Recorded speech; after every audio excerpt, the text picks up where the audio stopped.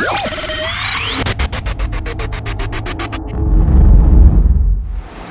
what's up? I'm Coach Ryan Finley from VIPAR. Today I want to give you some ideas about how you can build a logical progression into your auxiliary movements in your workout program. Most of the time when people are trying to strengthen a lift, they'll have their main movement. So in a bench press workout, for example, the barbell bench press is the piece de resistance, the main movement. Then they may have a structurally similar movement. So you may do a barbell bench press and then a close grip board press.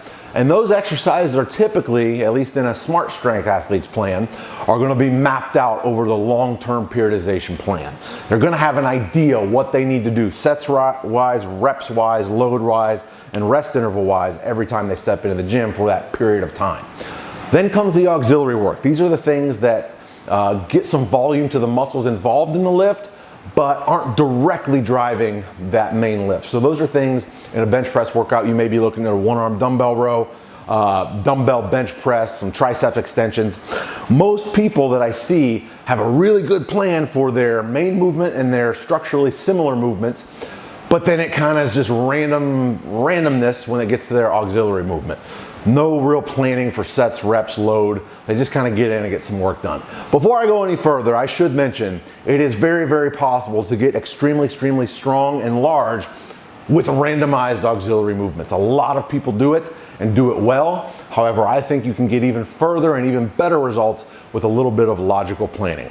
So what I personally do, what I'm doing right now, and I'll tell you exactly what I'm doing for my one-arm dumbbell thick grip row and dumbbell incline press, is I've selected 3 different weights, a light, medium, and heavy weight. And I cycle through those weights, and each time I repeat that weight, I try to beat my rep target from the previous time I was exposed to that weight. So right now, currently, my 3 weights for one-arm dumbbell row: 70-pound thick grip dumbbell, 95-pound thick grip dumbbell, and 120-pound thick grip dumbbell. We're talking 2-inch diameter, really thick to work the back, or the grip strength, the hands, the forearms, as well as the back.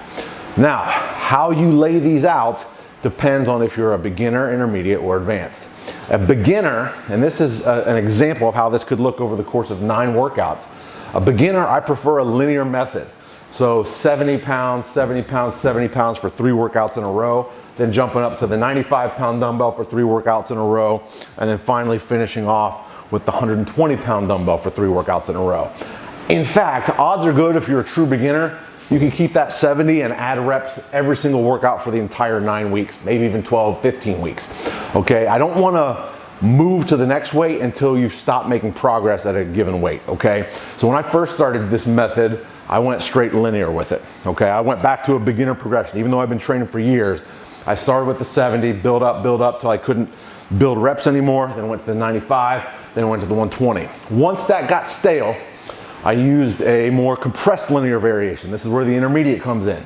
In this example, you use the 70-pound dumbbell for a workout, then the 95, then the 120, and then back to the 70. The real magic happens right here between weeks 3 and 4. You just got done doing the 120, your body recovers, your brain, your nervous system, the muscles are used to that 120, and then you come in with the really light weight and go for the 70. Odds are good, you're going to be able to do a lot more reps in week 4 than you did in week 1, simply because of this neurological accommodation. Now, the fact that you get a lot of reps here will mean that you should get a few more reps here with the 95 pound, which then further drives the 120, and then you cycle back to the 70. So I really like that compressed linear model for intermediates. It's a great way to progress through loads, and it's not uncommon. When I was in this stage of it, my 70-pound dumbbell went from 21 reps to 31 within literally just the first 2 exposures of it. So 21 here and then 31 here. So that's the power of that neurological stimulation from the heavier weight. Then once you get to the little more advanced stage, I tend to wave it a little more frequently. I don't do it linear. I'll actually start medium, then light, then heavy. And actually, if I'm completely honest now, the light is actually really, really light. I don't take it to failure. I don't try to set rep targets. I'll pick one of these 3 weeks and I'll try to drive it in just that 1 week. The other 2 weeks are more low-level recovery based. So in this current example, I really wanted to hit 22 reps with the 120. So on the week with the 95, I just did a couple sets of 10, pretty easy. On the week with the 70, I just did a couple sets of 15, pretty easy. And then I went all out on this week. My next block here, I'm right here in this progression now. I'll probably go light here, full blast on the 70 to really try to get a big rep PR. I'd like to get 50 with it this time. Last time I got 46 and then the grip kind of tanked a little bit. But I'd like to get 50 and then I'll go light here. So the more advanced you are, the longer you've been doing something, you kind of have to pick and choose your battles. Beginners and intermediates should be able to set rep PR workout after workout after workout for a while. And this is my whole progression. I'm just using 3 weights for dumbbell rows. No need to get fancy. I'm not using micromagnetic plates. I just rotate through these 3 weights. I should also mention I do 3 working sets. I do a couple warm-ups and then 1 all-out set where I'm trying to set my rep PR. And then the other 2 sets after that, I'm just taking it to concentric failure with good technique. And usually it's fairly less repetitions than my rep PR set. Now, here's another thing you can look at. So when I first set these weights, what I was looking for was I wanted my lightweight to be somewhere around a 25 to 30 RM, and that 70-pound dumbbell did the trick for me. My medium weight, I wanted it to be somewhere around a 20 to 25 RM, and my heavyweight, I wanted it to be about a 15 to 20 RM, and that's kind of where I'm at now. Even though I've been doing this progression, I've, probably been 18 or so weeks. That's kind of what I had in my mind when I first started. Now, what you can do is phase it. So weeks 1 through 9, have the weights be this.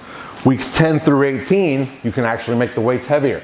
So once I'm done progressing on my current model, my lightweight will then be probably the 95, or actually it'll probably be, I'll basically do 3 different weights. So my first phase, I got a 70, a 95, and a 120. My next phase, it might be a 100, a 120, and a 150. And this final phase, it might be a 120, a 150, and a 180, okay? That's just an example, and this is 27 weeks worth of how you can progress your loads over time. Odds are good if I get to a point where I'm setting 5 to 10 RM PRs in week 27 with a 180-pound dumbbell. If I ever did decide to come back to the 70, the 95, and the 120, I would absolutely destroy those numbers and be doing tons and tons of reps. Folks, that's how you improve over time. It's never ever one microcycle. It's never ever 1 week. It's never ever 1 month. You improve by doing the basics and getting a little bit better over time. This is 27 weeks of progression just using a couple selective weights. No crazy fancy rep schemes, no crazy tempos or anything. Not that those things can't have a place, because they can, but we're talking pure basics here. Getting back to basics, focusing on working hard, setting rep PRs, and getting better. That is progressive overload at its finest. I'm Coach Ryan Finley from the VIPAR Pit. If you like this video, please hit subscribe below. If you have any questions or comments, feel free to leave them in the comments section below, and I'll catch you next time.